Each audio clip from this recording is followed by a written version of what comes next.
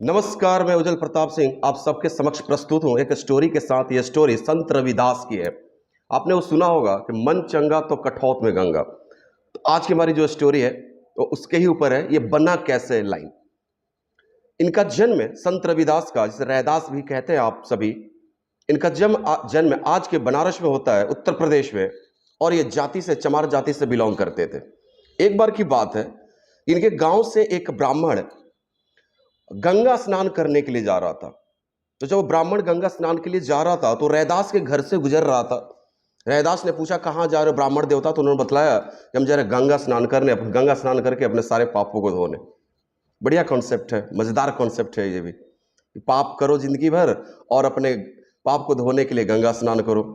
तो रविदास ने कहा, संत रविदास ने कहा कि आप एक काम करो, मेरा 1 रुपया का एक सिक्का है, एक सिक्का मैं दे रहा हूं, इस सिक्के को आप गंगा मैया में अर्पित कर देना मेरे तरफ से। तो उन्होंने कहा कि ठीक है, पैसे फेंको।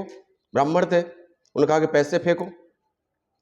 तो रविदास ने सिक्का ऐसे फेंका ब्राह्मण के सामने। ब्राह्मण ने गंगा जल निकाल के उसके ऊपर शुद्ध किया उसको। तो जब सिक्के पर वो गंगा जल डाल के शुद्ध कर सकता है, तो क्या वो रविदास, मतलब उनके हिसाब से, क्या वो रविदास के ऊपर गंगा जल डाल के उसे भी शुद्ध करके अपने साथ ले जा सकते थे? कॉन्सेप्ट है भाई, इंडिया है, कॉन्सेप्ट है, अलग अलग अपने तर्क हैं, रैशनल थिंकिंग है। तो वो ब्राह्मण जाते हैं, रैदास का सिक्का, लेकिन रैदास ने कहा था, संत रविदास ने कहा कि ये सिक्का जब गंगा मैया में आप डालोगे तो गंगा मैया से कहना कि रविदास ने झुमका मांगा है, 1 सेट झुमका का।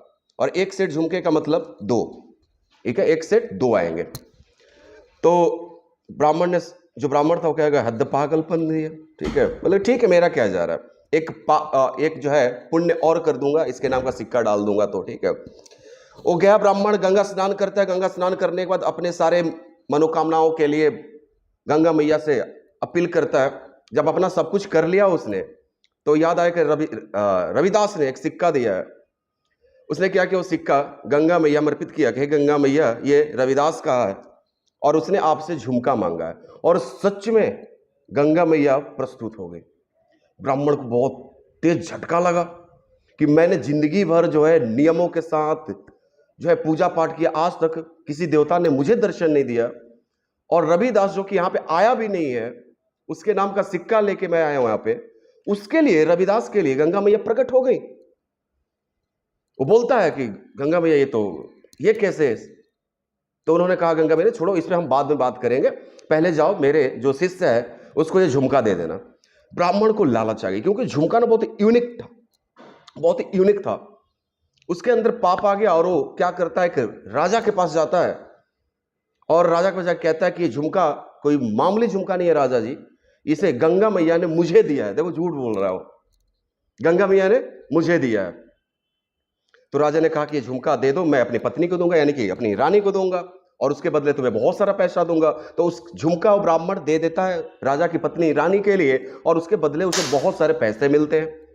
रातों रातों ब्राह्मण क्या बन गया? स्टार बन गया, पैसे वाला बन गया, अमीर आदमी बन गया।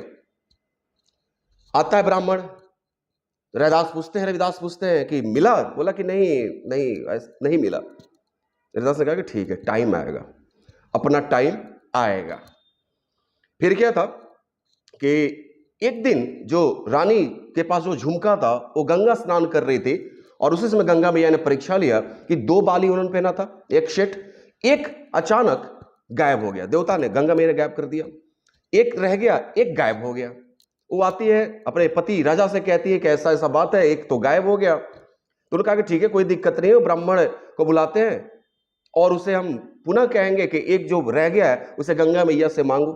ब्राह्मण को बुलाया गया, राजा ने कहा कि तुम गंगा मैया से बोलो कि सेम जो एक गायब हुआ है और दूसरा जो बच्चा है, बिल्कुल वैसा ही झुमका एक मेरी पत्नी को चाहिए। अगर ब्राह्मण तुमने नहीं लाया ना, तो तुम्हारी जान की खैर नहीं। अब ब्राह्मण फंस गया यहाँ पे तगड़ी, क्योंकि झुमका तो रविदास को मिला था, संत रविदास को मिला था।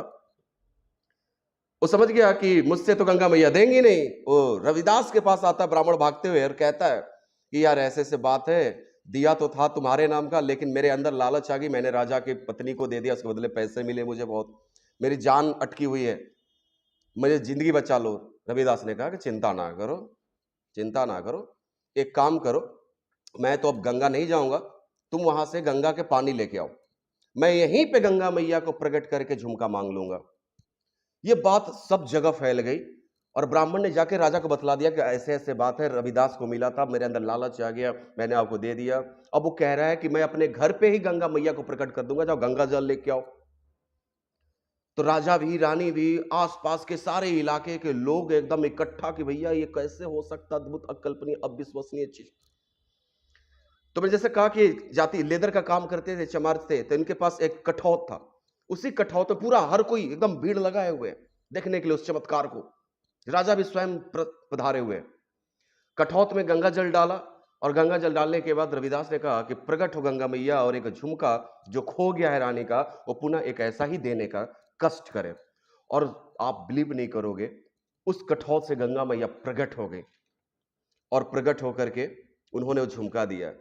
तो ऐसे ही वो लाइन बना मेरे दोस्त, कौन सा, कि मन चंगा तो कठौत में भी गंगा। यानी कि आपका हृदय क्या होना चाहिए, हृदय के अंदर जो है देवताओं, जो भी इष्ट देवता अभी जिसको मानते हो, उसके लिए क्या होना चाहिए आपके पास, जो है एक दिल से लगाव होना चाहिए। ठीक है, अच्छे कर्म होने चाहिए। तो आपको देवताओं की पूजा के लिए मंदिर जाने की आवश्यकता नहीं है, वो आपके दिल में ही बसेंगे। आई होप ये कहानी आपको अच्छी लगी होगी। अच्छी लगी होगी तो लाइक शेयर एंड सब्सक्राइब करें। मिलते हैं अगले स्टोरी में बहुत जल्द। तब तक के लिए जय हिंद, जय भारत, लव यू गाइस।